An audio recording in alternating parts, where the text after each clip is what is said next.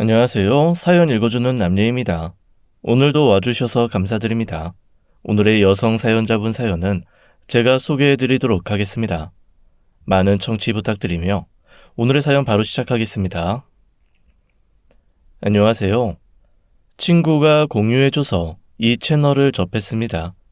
사실 저는 이혼 전문 변호사로 일하고 있어서 세상에 별의별 일, 별의별 사람이 다 있다는 걸 알고 있었지만 이 채널에서 듣는 사연들도 정말 만만치 않네요. 그리고 저 역시 남들이 알면 놀랄 일을 직접 경험했거든요. 함께 일을 겪은 친구들의 허락을 받고 사연을 올려봅니다. 말씀드렸듯 저는 변호사예요. 일을 시작한 지 얼마 안 되었을 때 시댁에서 억울한 일을 당하고 내쫓기듯 이혼을 당한 의뢰인이 계셨는데 그때의 충격으로 그런 억울한 사정을 가진 분들의 이혼 사건을 주로 담당하고 있죠. 변호사치고 돈도 많이 안 되는 일 아니냐고 돈이 되는 일을 하라고 하는 분들도 많지만 저는 운 좋게도 정말 화목한 가정에서 자랐고 부모님들도 돈보다는 사람답게 사는 게 중요하다고 가르치셨거든요. 아무튼 제 일에 대한 자부심을 가지고 변호사 생활을 이어가던 중 지인으로부터 남자를 소개받았습니다. 직업은 회계사였고 출퇴근은 있지만 일하는 시간이 고정적이지 않다는 점이 비슷해서 서로의 생활 패턴을 이해할 수 있다는 점이 큰 매력으로 다가왔죠. 연애를 하면서 느껴보니 매사에 다정하고 친절했습니다. 또 어머니를 생각하는 마음도 좋았어요. 저는 부모님한테 잘 하는 게 기본이라고 생각하는 스타일이거든요. 연애를 하는 동안 어머니 얘기를 자주 했어요. 사실 우리 아버지나 8살 때 돌아가셨거든. 엄마 혼자 식당 운영하면서 나랑 남동생 2명, 우리 3형제 혼자 키우셨어. 매일 밤낮으로 식당 일을 하셔서 어머니의 세심하고 큰 보살핌은 없었지만 남부럽지 않게 키워주셨다는 말을 많이 했죠. 말했듯 저 역시 부모님의 영향을 많이 받았기 때문에 강인하고 훌륭한 어머니 밑에서 자란 사람인 만큼 괜찮은 사람인 것 같다는 생각이 들었습니다. 또 2년 연애를 하는 동안 큰 싸움 한 번도 하지 않았기 때문에 결혼을 해도 좋겠다는 다짐을 하게 됐죠. 그리고 상견례 날 드디어 말로만 듣던 예비 시어머니를 만나게 됐습니다. 내가 식당 일만 하고 살아서 잘 챙겨주지도 못했는데 이렇게 잘 커서 훌륭한 아가씨랑 결혼하겠다고 소개도 시켜주고 내가 복이 참 많아요. 우리 아들 잘 부탁해요. 잘 부탁드립니다. 사돈어른. 예비 신랑에게 듣던 대로 굳은 심지가 보이는 분이었습니다. 저희 부모님도 사돈 될 분이 괜찮으신 것 같다고 저 시절에 여자 몸으로 혼자 자식 셋 키우는 거 보통 대단한 게 아니라면서 결혼하고 효도하라고 하셨죠. 제 의견을 존중해주는 예비 신랑 덕분에 결혼식 준비를 순조롭게 이어졌습니다. 그러다 예비 시동생들에게 인사할 겸 시댁에 방문을 했어요.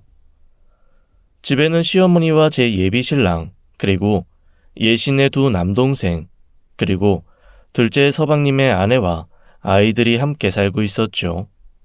조금 남다르긴 했습니다. 3형제인데 셋째가 제일 먼저 결혼을 하고 또 아이도 이미 2명이나 있다니. 궁금은 하고 가족이 될 거니까 알아야 할 것 같은데 어떻게 물어봐야 할지 망설이고 있으니 눈치껏 막내 서방님이 먼저 말을 해주시더라고요. 하하, 아이 제가 대학 동기였던 이 사람이랑 22살에 사고를 쳐가지고요. 그때 얼른 결혼해서 어머니 모시면서 살고 있어요. 그리고 결혼 후 3년이 지나 또 아이를 가져서 딸이 2명이라고 하더라고요. 결혼과 동시에 조카가 벌써 2명이나 있는 셈이었습니다. 결혼한 지는 12년이나 됐는데 동서는 그 12년 동안 시어머니의 식당 일도 돕는다고 했습니다. 22살이라는 어린 나이에 갑자기 생긴 아이 때문에 대학교 자퇴를 하고 시어머니를 12년째 모시는 동서가 참 대단하다고 느껴졌습니다. 제가 대단하다고 힘들지는 않냐고 하니까 에이, 어머님이 잘해주셔서 괜찮아요. 저는 시집살이 이런 거 하나도 모르고 살았어요. 어린 나이에 아무것도 모르는 저한테 하나하나 다 가르쳐 주시고. 싹싹한 대답을 하더라고요. 시어머니도 그런 막내 며느리가 예쁜 것 같았습니다. 우리 며느리가 말도 참 예쁘게 해. 친구들은 맨날 며느리랑 싸우느라 늙는다는데 나는 무슨 복이 많아서 들어오는 며느리마다 다 훌륭할까?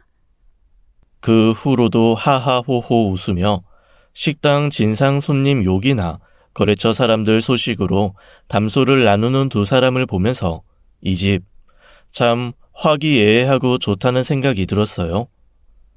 저도 즐겁게 살 수 있을 것 같아서 결혼 잘한다는 느낌을 받았습니다.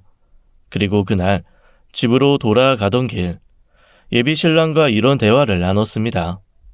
어머님, 혼자 아들들 키웠다고 해서 새 아들 다 결혼하면 적적하지 않으실까 했는데 서방님이 어머님 계속 모시는 거야?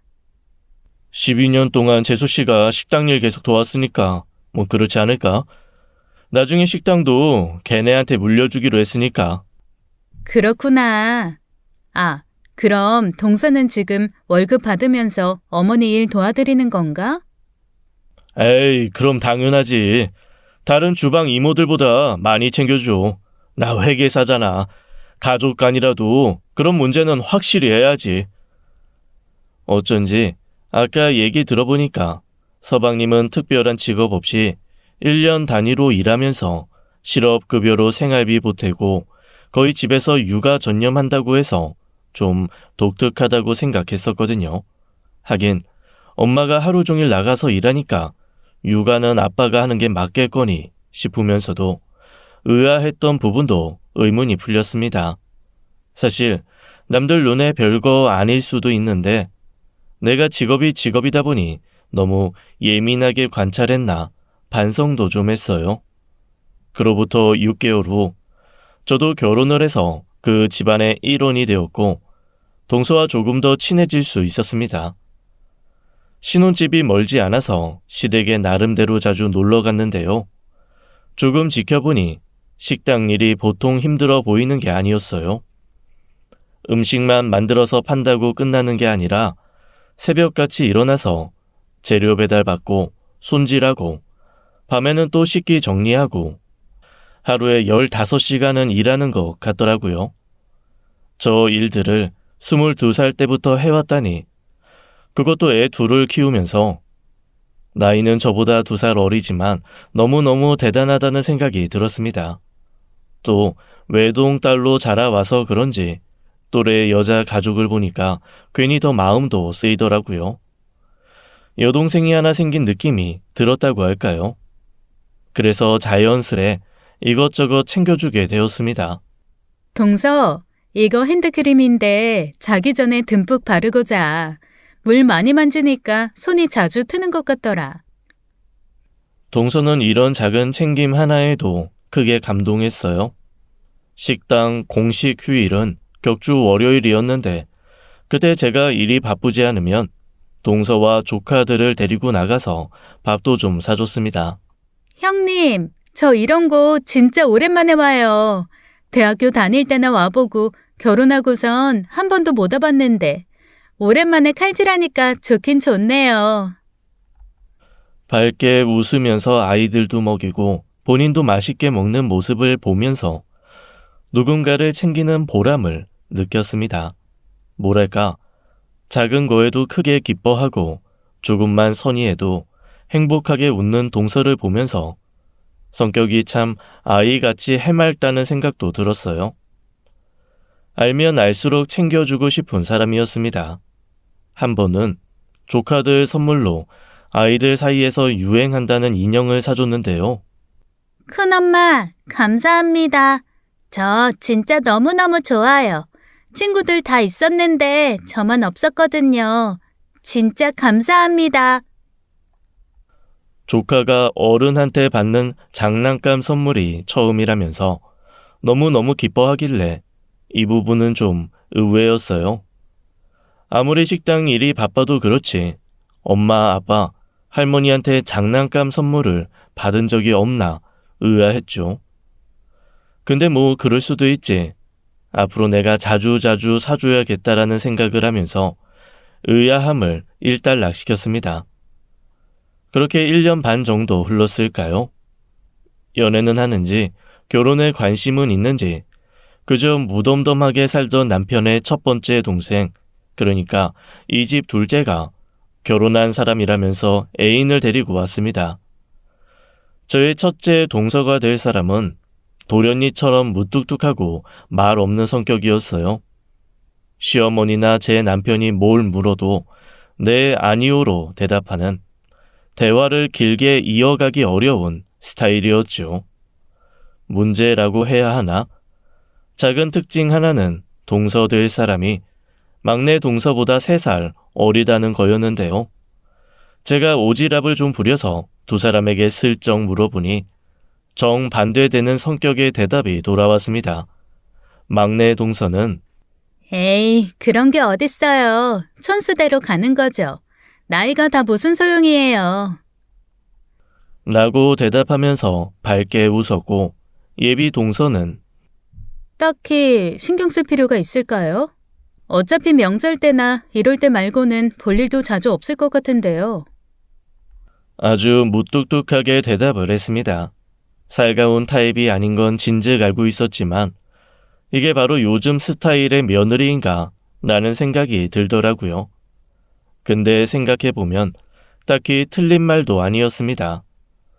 저야 워낙 가족끼리 화목한 걸 좋아해서 시댁도 자주 찾고 또 막내 동서가 진짜 동생 같아서 챙겼다지만 특별히 그런 걸 안 챙기는 스타일이면 그럴 수 있었죠. 괜히 그걸로 서로 불편한 것보다 예비 동서의 저런 성격도 깔끔하다 싶긴 하더라고요. 예비 동서가 어른들에게 막 싹싹하게 구는 타입은 아니었지만 시어머니는 예비 동서가 썩 마음에 드시는 눈치였습니다. 대학을 조리학과로 다녀서 요리를 전공했고 각종 조리 자격증도 있다고 했어요. 한식, 양식 자격증까지 있다고 하니 오랜 세월 식당 일을 하신 시어머니 눈에는 그게 그렇게 좋게 보였던 것 같습니다. 뭐라도 하나 더 챙겨주려고 하시더라고요. 어떻게? 이거 갈비 좀 더 줄까? 부엌에 아직 있는데. 예, 가서 갈비찜 좀 더 데워서 와라. 그러자 막내 동서가 자연스럽게 일어났습니다. 네, 어머님. 더 가지고 갈 건 없을까요? 가져오는 김에 물도 좀 떠다 줘. 따뜻한 걸로. 네, 어머님. 그 와중에도 시어머니에게 싹싹한 막내 동서를 보면서 참 신기했죠. 그렇게 도련님도 결혼을 해서 시어머니의 세 형제는 모두 결혼을 했고 예비 동서는 막내 동서가 되었습니다. 예상했던 대로 동서는 시댁에 많은 참견을 하지 않는 사람이었어요. 좀 친하게 지내면 좋지 않을까 하는 아쉬움도 있었지만 딱히 모난 것도 없고 불편한 행동을 하는 것도 아니라서 그냥 그런가 보다 하고 저도 적당한 선을 지키면서 지냈습니다. 그러던 어느 날 시어머니 생신날이 되었습니다. 오랜만에 삼형제 가족이 다 모였죠. 외식을 하지 않고 집에서 먹는다고 하길래 조금 의아했는데 시댁에 도착하고서는 입이 떡 벌어졌습니다. 시어머니가 좋아하는 갈비찜에 잡채, 가자미 조림과 각종 나물 등등 명절 음식보다도 많은 음식들이 상을 꽉 채우고 있었죠. 이걸 다 누가 만들었어? 설마 막내 동서가? 그럼요. 제가 어머님 밑에서 음식 배운 게 몇 년인데 이 정도는 다 할 수 있죠. 아니, 할 수 있는 게 문제가 아니라 이 많은 걸 혼자 어떻게 다 했어? 헤이, 우리 어머님 생신인데 제가 이 정도도 못하나요? 괜찮습니다. 곧 첫째 서방님과 동서도 도착을 했고 동서가 사온 시어머니 생일 케이크를 꺼냈습니다. 백설기 떡으로 만든 케이크 위에 색색깔의 앙금으로 꽃을 만들어 꾸민 어른들 용으로 딱인 예쁜 케이크였죠. 시어머니는 떡 케이크를 보면서 너무 좋아하셨습니다. 역시 전공자가 고르는 케이크는 달라도 뭐가 다르구나. 내 평생 이런 케이크는 처음 본다. 너무 마음에 든다, 얘. 안 그래도 그냥 케이크는 달고 느끼해서 많이 못 먹었는데 우리 둘째 며느리가 센스가 있어. 동서는 별 다른 대답이 없이 작은 미소로 화답했죠. 딱 케이크 초에 불을 붙이고 소원을 빌면서 촛불을 부는 시간, 시어머니의 소원은 역시 아들들과 관련된 것이었습니다. 우리 세 아들 모두 건강하게 해주시고 떡두꺼비 같은 아들 낳게 해주세요. 저도 손자 좀 품에 안아보고 싶습니다. 시어머니의 소원을 듣는데 괜히 막내 동서의 눈치가 보이더라고요. 힘들게 음식 장만을 했을 텐데 음식 칭찬은 없고 너무 케이크 칭찬만 해주시고 또 손녀딸 2명이 버젓이 있는데 손자 얘기를 하시고 옛날 어르신들이 다 그렇긴 하지만요. 괜히 또 내가 예민한 건가 하면서 눈치 보던 걸 거두고 음식을 먹으려는데 서방님이 말을 꺼냈습니다. 안 그래도 엄마 생일 선물 겸으로 말하려고 했는데 이 사람 임신했어. 3개월 됐고 아마 아들인 것 같아. 그 말을 들은 시어머니의 표정은 진짜로 세상을 다 가진 사람의 것이었습니다. 정말 너무 행복해 보였어요. 아마 억만금을 준데도 그런 표정을 짓지 못할걸요. 아니, 그러니까 우리 둘째가 진짜 복덩이라니까. 어머, 너 찬바닥에 앉아있으면 안 되는 거 아니니? 얘, 가서 방석 좀 가져와라. 둘째 형님 밑에 좀 깔아줘. 시어머니는 자연스럽게 막내 동서에게 말을 했고 막내 동서도 익숙한 듯 들어가서 방석을 가져왔죠. 동서에게 방석을 깔아주는데 동서는 조금 민망한 듯 보였습니다. 물론 그 모습을 보는 저도 조금 그랬고요. 모두가 서로의 눈치를 보는 상황에서 오직 시어머니만 신이 나 계셨습니다. 우리 집안에 복덩이가 들어왔다느니 성격도 묵직하고 안 그래도 예뻤는데 더 예쁘게 보인다느니 원래 저런 분이었나 싶을 만큼 동서에게 1차원적인 칭찬을 쏟아부으셨습니다. 그러다가 모든 분란의 씨앗이 된 그 말을 하셨죠. 얘, 아이 낳고 나면 네가 우리 식당 좀 보는 건 어떠니? 너는 우리랑 달리 요리 전공도 했고 자격증도 있잖아. 너무 잘할 것 같은데 어때? 저기서 우리란 시어머니 당신과 막내 동서를 말하는 것 같아서 저는 또 막내 동서 눈치를 봐야 했습니다. 동서는 언제나 그랬듯 조용히 하지만 단호하게 대답했죠. 아니요, 저는 그쪽은 잘 몰라서요. 아니 왜? 한식 조리사 자격증도 있잖아. 네가 오면 우리 식당도 한 단계 고급져지지 않겠어? 지금은 그냥 그런 동네 식당 중 하나잖니.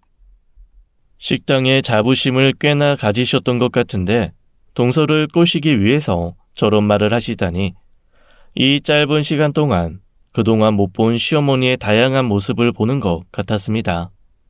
내가 나이가 들어서 힘들어서 그래. 너 딱 아이 낳고 네가 도와주면 딱일 것 같은데. 막내 동서가 잘하고 있는 것 같은데요. 그리고 한식 조리사 자격증이 있긴 하지만 제 주전공은 양식이라서요. 나중에 파스타 가게 열 생각입니다.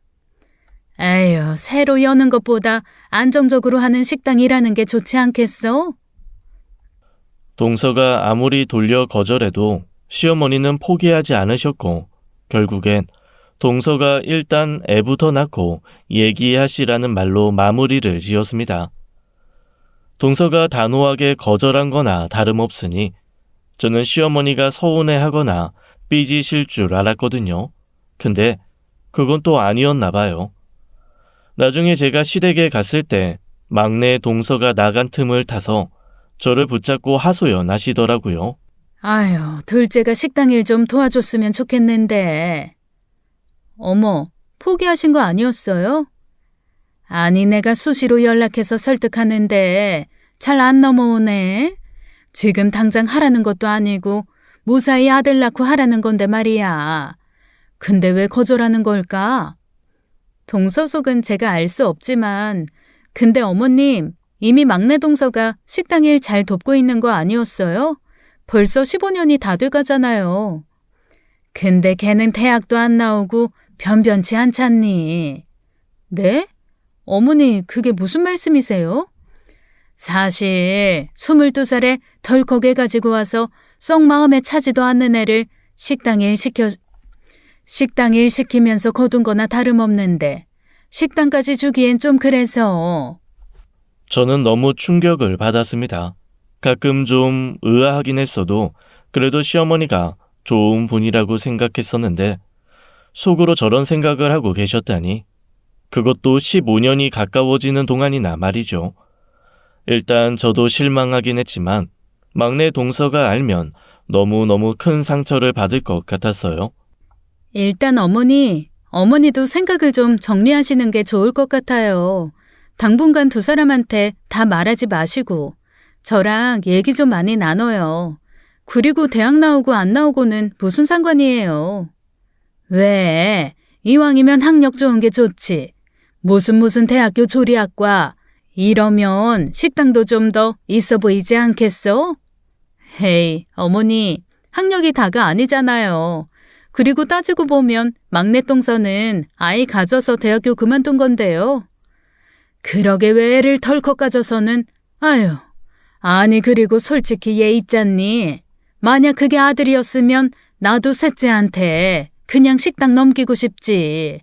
근데 딸이잖아. 그리고 둘째는 아들을 가졌잖아. 네? 그건 더더욱 무슨 상관이에요. 재산은 자고로 대대로 아들 가진 애가 이어받아야지. 시어머니 말을 들으면 들을수록 뒤통수를 세게 맞은 기분이 들었습니다. 제가 2년여 동안 알던 분이 아닌 것 같았어요. 긴 한숨을 쉬던 시어머니는 마지막으로 이 한마디를 하셨습니다. 둘째 개가 무뚝뚝하긴 해도 착하잖니.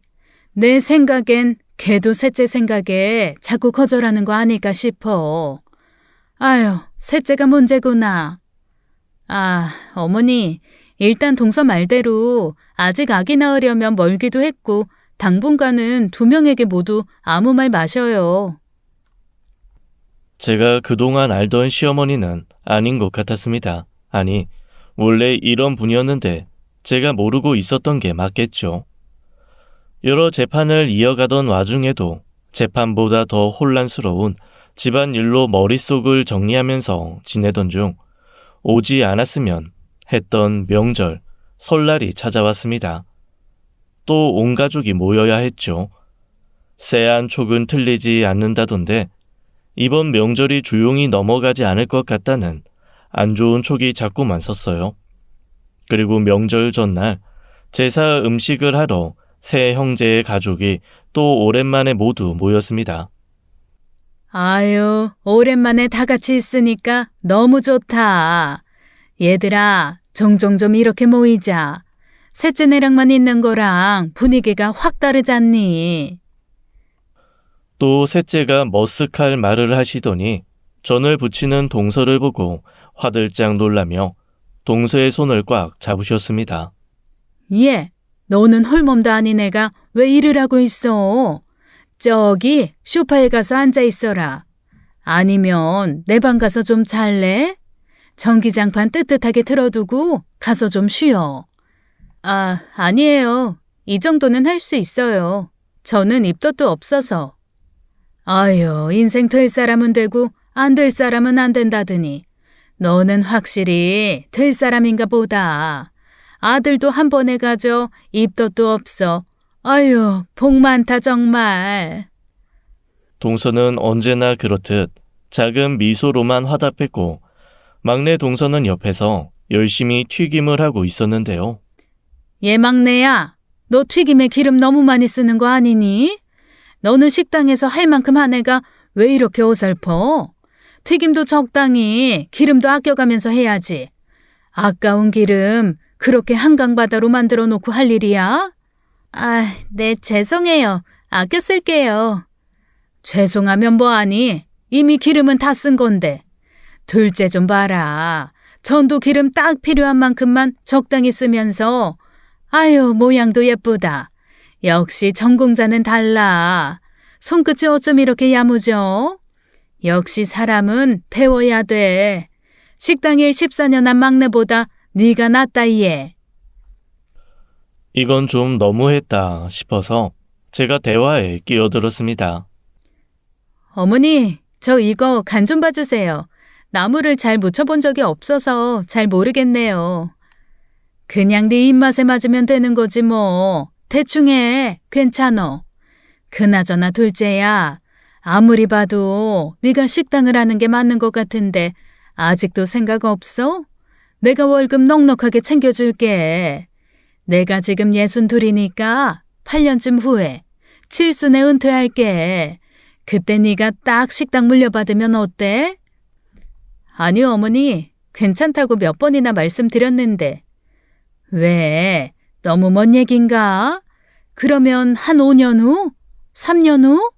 말만 해. 네가 원하는 시점으로 맞춰줄게. 언제가 좋아?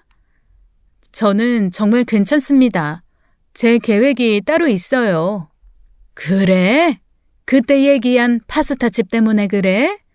그럼 그 자리에 파스타집을 열어. 그것도 나쁘지 않지. 평소에 대꾸 없이 조용한 웃음으로만 반응하던 동서가 대답을 좀 하자 시어머니는 신이 났는지 조건을 계속 넓혀갔습니다. 그런데 그때 조용히 튀김을 튀기던 막내 동서가 갑자기 눈물을 쏟으면서 울더니 어머니께 소리를 질렀습니다. 어머니, 진짜 너무하시네요. 14년 전에 그 식당 저 주신다고 하셨잖아요. 시어머니는 기가 차다는 듯 콧방귀를 끼면서 맞받아치셨죠. 참나? 내가? 그럴 리가. 결혼도 성에 안 차는 거 애 때문에 억지로 시켰는데 내가 너한테 식당을 준다고 했다고? 말도 안 되는 억지 부리지 마라 얘. 어머님이 식당 일 열심히 돕다가 어머니 은퇴하면 식당 저한테 물려주신다면서요. 그래서 제가 지금 14년 동안 하루에 15시간씩 식당 일 한 거잖아요. 애들도 제대로 못 돌보면서요. 예, 애들 제대로 못 돌본 거는 네 능력 부족이고 내가 언제 그러라고 했니? 네, 그러셨어요. 그래서 제가 지금 15년이 다 되도록 돈도 제대로 안 받고 무료 봉사했잖아요. 그뿐이에요? 평소에도 어머니 비위 다 맞춰드리고 살았는데 어떻게 제 눈앞에서 그러실 수가 있어요? 시어머니와 막내 동서는 계속해서 격양된 말투로 네가 맞네 내가 맞네 대거리했지만 그 이후의 대화는 제 귀에 들리지 않았습니다. 막내 동서가 방금 한 말이 너무 충격적이었거든요. 제가 잘못 들은 게 아니라면 분명히 14년 동안 돈도 제대로 안 받고 무료 봉사했다는 말을 한 것 같았는데 믿을 수가 없었습니다. 아니, 분명히 결혼하기 전에 남편이랑 대화했을 때 돈을 준다고 했던 것 같은데 그것도 다른 주방 이모님들보다도 훨씬 많이 챙겨준다고. 그때 남편이 자기가 회계사 아니냐면서 가족 관계라도 돈 문제는 확실히 해야 한다고 했던 걸 정확히 기억하고 있었거든요.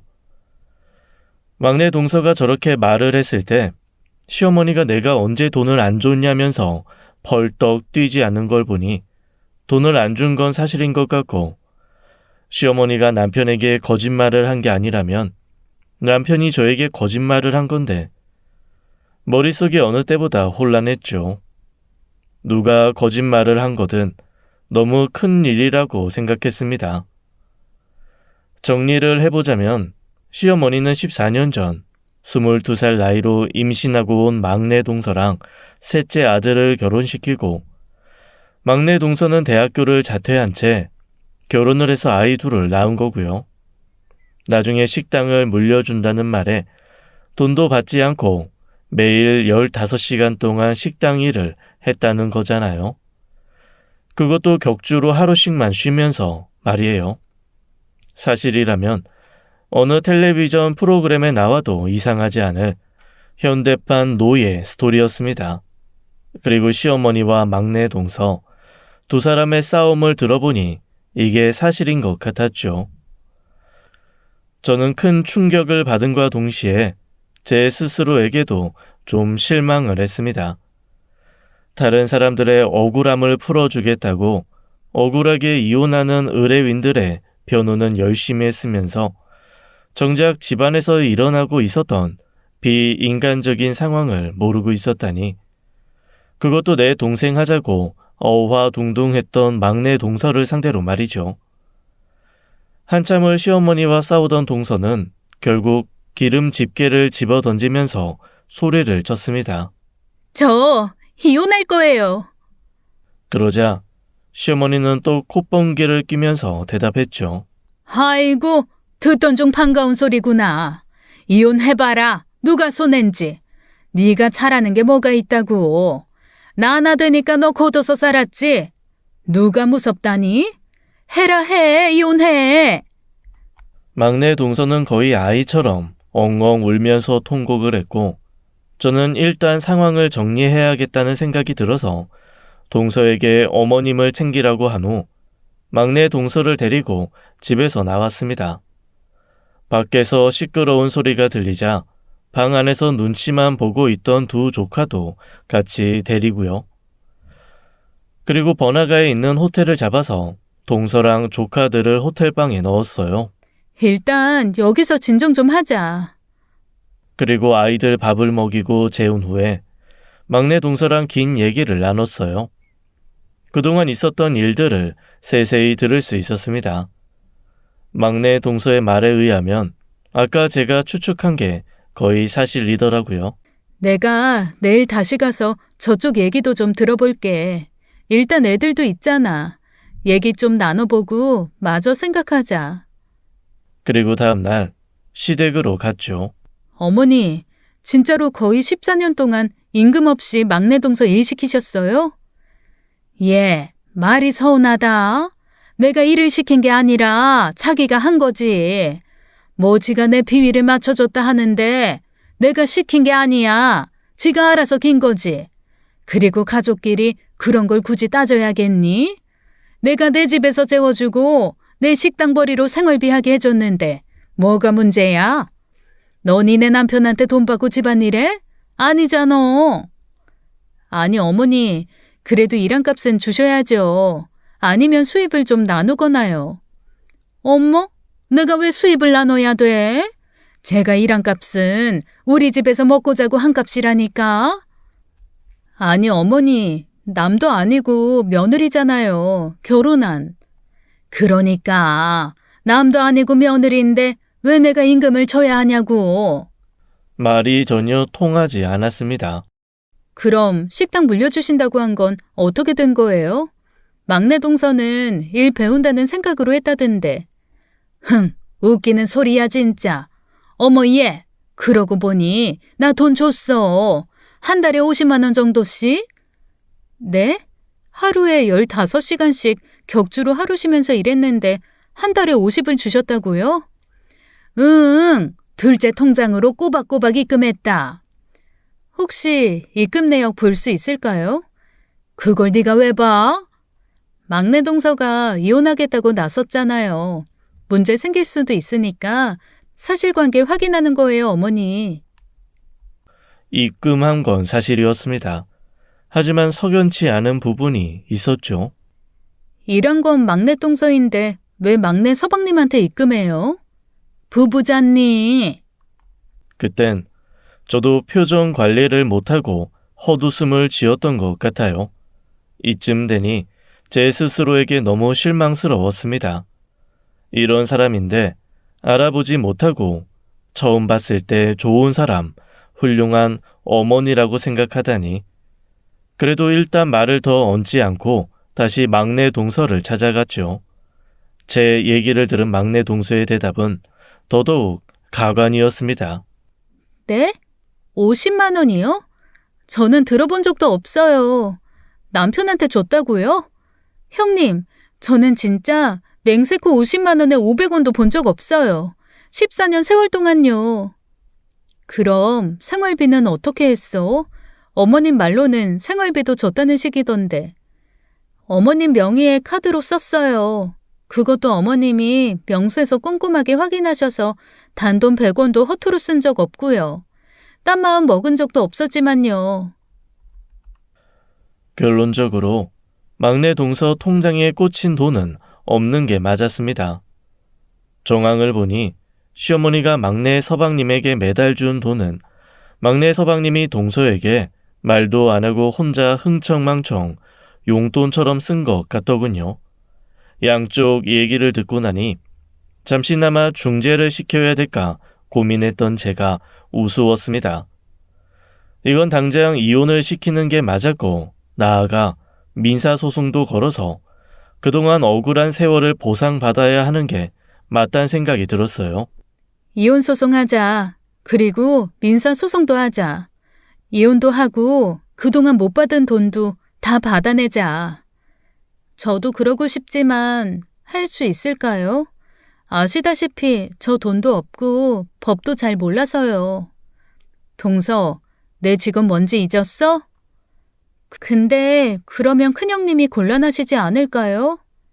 그럼 나보고 이렇게 말도 안 되는 일을 보고만 있으라고? 나 그렇게는 못 살아. 가만 못 있어. 눈물만 뚝뚝 흘리면서 겨우겨우 저에게 고맙다고 말하는 막내 동서에게 딱 한마디 더 했습니다. 그 대신 마음 독하게 먹어야 돼. 양육권도 가져와야 되잖아. 그치? 애써 눈물을 그치고 고개를 끄덕이는 막내 동서를 힘있게 안아줬죠. 처음 시댁에 놀러 갔던 날 남편에게 물어볼 게 아니라 막내 동서에게 한번 물어볼 걸 후회가 되더라고요. 그리고 가장 중요한 확인이 하나 더 남아 있었습니다. 내 남편이 과연 이 사실을 알았는지 몰랐는지. 저에게는 이게 무엇보다 중요했고 한편으로는 두렵기도 했습니다. 만약 남편이 저에게 거짓말을 한 거라면, 이 모든 걸 알고 있던 거라면 정말 상상하고 싶지도 않았어요. 그래서 일단 확인은 뒤로 하고 막내 동서의 소송부터 도와줬습니다. 이혼 소송은 물론 양육권 분쟁 신청, 14년 동안 무임금으로 일했던 것에 대한 민사소송까지 모두 접수를 하고 시어머니께도 이 사실을 알렸어요. 역시나 극대노를 하시더라고요. 뭐? 그게 결국 소송을 걸었다고? 그게 무슨 재주로? 뭘로 날 고소해? 제가 도와줬어요, 어머니. 아무리 가족관계여도 대가 없는 노동은 민사가 가능했어요. 대략 13년, 14년 동안 하루에 15시간 일한 거에 대한 확인 절차가 있을 거예요. 뭐라고? 네가 도와줬다고? 대체 왜? 네가 어떻게 나한테 이럴 수 있니? 소식을 듣고 노발대발할 걸 이미 알았기 때문에 일부러 제가 먼저 선수를 친 거였거든요. 뭐라고 저에게 난리를 피우든 타격이 하나도 없었죠. 그리고 이제 남편에게도 말하면서 제가 제일 걱정했던 부분을 확인하려고 했는데 시어머니가 확인할 필요가 없게 만들어줬습니다. 야, 그리고 네 남편이 아무 문제 없다고 했거든? 혹시 모르니까 50만 원씩 입금해주라고 한 것도 네 남편이야. 나는 죄가 없어. 걔가 그렇게 하라고 했다니까. 아, 진짜 마지막까지 설마 했는데 시어머니는 제 남편에게 전화를 걸어서 고래고래 소리를 질렀습니다. 이게 뭐야 지금? 네가 이렇게 하면 아무 문제 없을 거라며. 제대로 알려줬어야지. 지금 내가 빨간 줄 긋고 돈 물어줘야 되게 생겼잖니. 네 마누라 얘기 들어보니까 소송 무조건 내가 질 것 같던데 나는 그 돈 못 물어준다. 네가 물어줘. 고래고래 소리 지르는 시어머니를 보면서 이번 소송 어떻게든 이겨서 막내 동서의 한을 풀어주고 싶다는 생각이 한 번 더 들었습니다. 그리고 한 가지 다짐을 더 하게 됐죠. 그날 밤 집에 들어가니까 남편이 거실에서 저를 기다리고 있더라고요. 남편은 저를 보자마자 큰 소리를 냈습니다. 당신이 어떻게 그럴 수 있어? 어떻게 우리한테 이렇게 큰 엿을 먹여? 걔 멍청해서 아무것도 모르고 끝날 수 있었는데 당신이 다 망쳤어. 어이가 없었어요. 내가 이런 새끼를 보고 좋은 사람이라고 결혼해서 몇 년을 살았나. 스스로에 대한 한심함이 물밀듯 밀려왔습니다. 됐고 이혼하자. 나 당신이랑 못 살아. 뭐? 이혼? 웃기지 마. 누가 마음대로 해준대? 야, 네가 인간이니? 인간이야? 어린 나이에 네 동생이 싸지르네. 지우지도 못하고 니네 집에서 희생한 애한테 그러고 싶었어? 너네 집 사람들 다 사람 맞아? 야, 솔직히 걔가 웃긴 거 아니냐? 14년 동안 지가 알아서 노예처럼 굴어놓고 이제 와 뭐가 어째? 뻔뻔함도 정도가 있지 진짜. 더 이상 말하지 마. 그냥 우리도 이혼해. 당신 같은 사람이랑 살고 싶지도 않고 무엇보다 당신 결혼하기 전에 나한테 거짓말했잖아. 막내 동서한테 월급 꼬박꼬박 주고 있다고. 심지어 다른 이모님들보다 많이 준다고 했지? 나한테 왜 거짓말했어? 그게 잘못된 거 알아서 거짓말한 거 아니야? 남편은 할 말이 없는 듯 입을 다물더군요. 그렇게 큰 거짓말을 한 사람을 내가 어떻게 믿고 살아? 당장 이혼해. 소송까지 가지도 말자. 그냥 합의 이혼해. 아이씨, 다시 생각해보면 안 될까? 앞으로 거짓말하는 일 절대 없을 거야. 어떻게? 소송 갈까 그냥? 소송하면서 14년 동안 가족 돈도 떼먹은 회계사라고 소문나고 싶어? 우리 애도 없고 재산도 딱 반반 나누면 되는데 그냥 합의 이혼하지? 위자료도 필요 없어. 니네 집에서 나오는 돈 안 받아. 그렇게 해서 저도 이혼 도장을 찍었습니다. 이혼을 한 후에는 더더욱 열심히 막내 동서의 소송을 도왔죠. 친정 부모님께 죄송해서 고개도 못 들고 사는 막내 동서를 위해서라도 할 수 있는 모든 걸 다 쏟아부었습니다. 15년이 조금 안 되니까 못해도 14년, 격주로 딱 하루 쉬면서 하루 15시간, 최저 시급으로 계산을 해도 못 받은 돈이 4억 4천이더라고요. 많은 거라곤 생각했지만 숫자를 보니 더더욱 우라통이 터졌습니다. 그래서 형사소송도 추가했죠. 일단 양육권을 가져오면서 이혼은 성공. 문제는 민사랑 형사였는데 이런 소송은 보통 늦으면 1년, 이르면 반년이 걸리거든요. 시간을 줄이기 위해서 최대한 많은 증거를 모았습니다. 혹시 긴 싸움이 되지 않을까 걱정하긴 했는데 소송은 다행히도 6개월이 채 안 됐습니다. 아주 확실한 증거가 하나 있었거든요.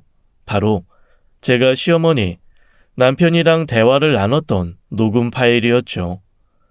변호사 본능으로 사실 확인차 대화를 하면서 녹음을 해뒀던 것이 신의 한 수였어요. 법원은 막내 동서의 편을 들어주면서 그동안 밀린 임금의 80%와 양육비를 지급할 것을 명령했습니다. 시어머니는 끝까지 돈을 줄 수 없다고 드러누웠지만 지급 명령 한 달 후에 나온 형사소송 결과에서 벌금 1,000만 원 선고를 받았어요. 결론적으로 막내 동서는 그동안 일한 거에 대한 합당한 임금을 받았고 매달 양육비도 받게 되었습니다. 통장에 많은 돈이 입금되던 날 막내 동서는 저에게 아주 비싼 술과 안주를 사면서 서러운 눈물을 쏟아냈습니다. 이제 인생 다시 시작하는 거지 뭐. 아직 한참 어리잖아. 뭐든지 할 수 있지 않겠어? 막내 동서, 아니, 이제 친한 동생이 된 그녀는 학교 앞에 작은 분식점을 차리고 싶다고 했고, 저는 그거 역시 열심히 도와줬습니다. 그렇게 가게가 자리 잡아갈 때쯤 평소와 다름없이 일을 하고 있는데 전화벨이 울렸습니다. 발신인은 의외의 인물이었어요.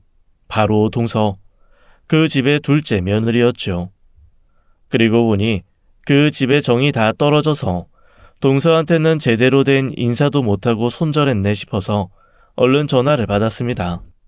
형님, 잘 지내셨어요? 아니, 이제 형님이라고 부르기 좀 민망하긴 한데. 에이, 호칭이야 뭐. 오랜만이네. 잘 지냈지? 무슨 일이야?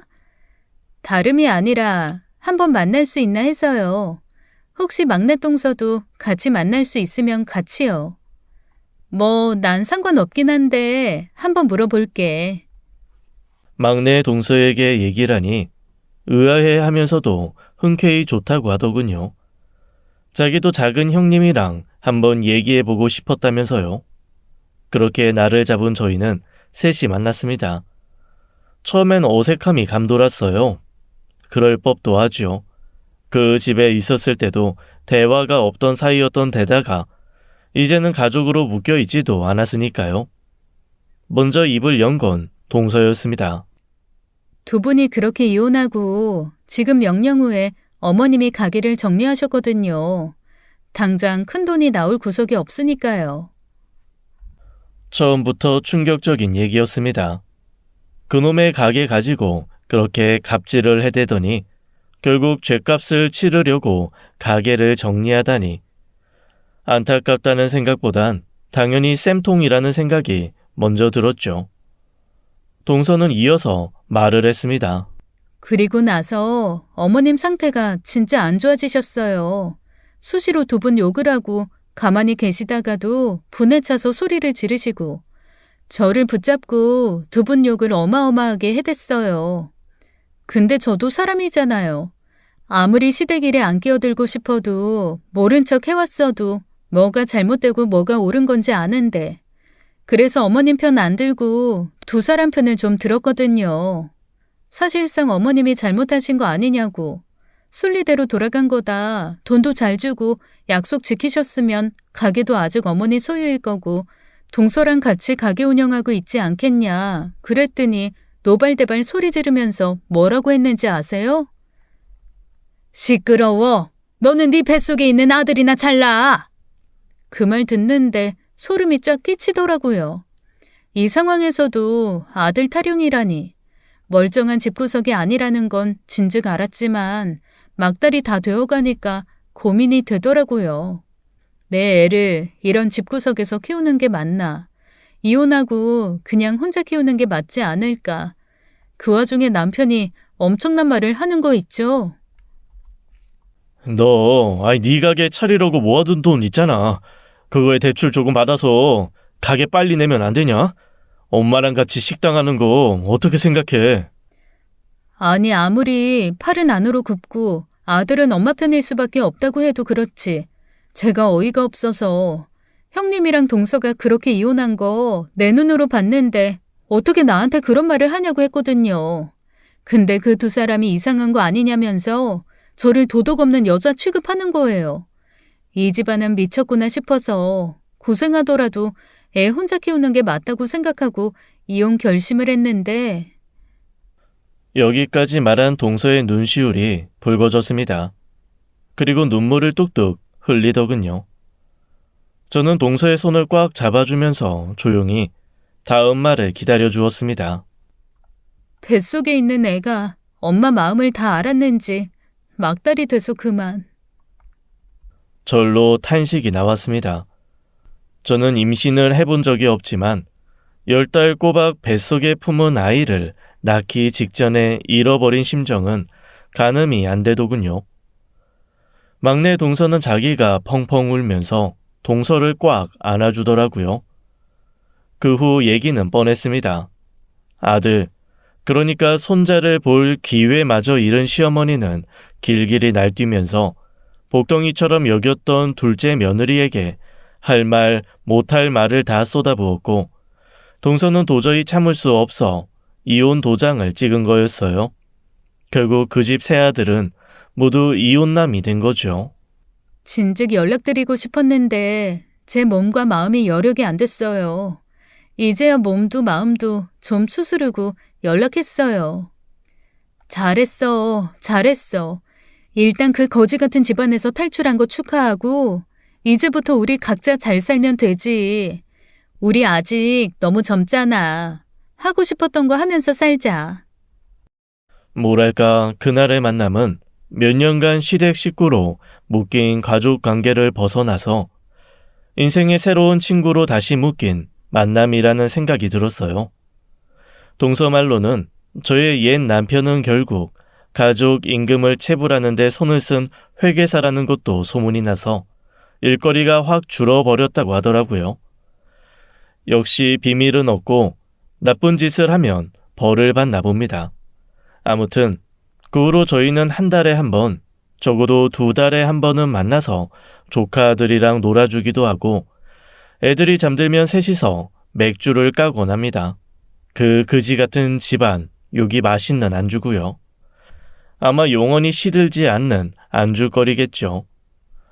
이혼 전문 변호사를 하면서 세상에 이런 일이 있다는 사람들이 어떻게 있나 생각한 적 많은데 그게 제 주변에서 나와 연관되어 일어날 거라고는 상상도 해본 적이 없거든요. 그런데 일어나더라고요. 세상엔 생각보다 상상 이상으로 나쁜 사람들이 많습니다. 하지만 좋은 인연도 물론 있어요. 늘 좋은 인연만 있을 순 없겠지만 여러분은 나쁜 사람을 거르고 최대한 좋은 사람과 함께 하시길 바랍니다. 지금까지 사연 읽어주는 남녀였습니다. 끝까지 함께 해주신 여러분 감사드리며 저희는 다음 사연으로 돌아올게요. 감사합니다.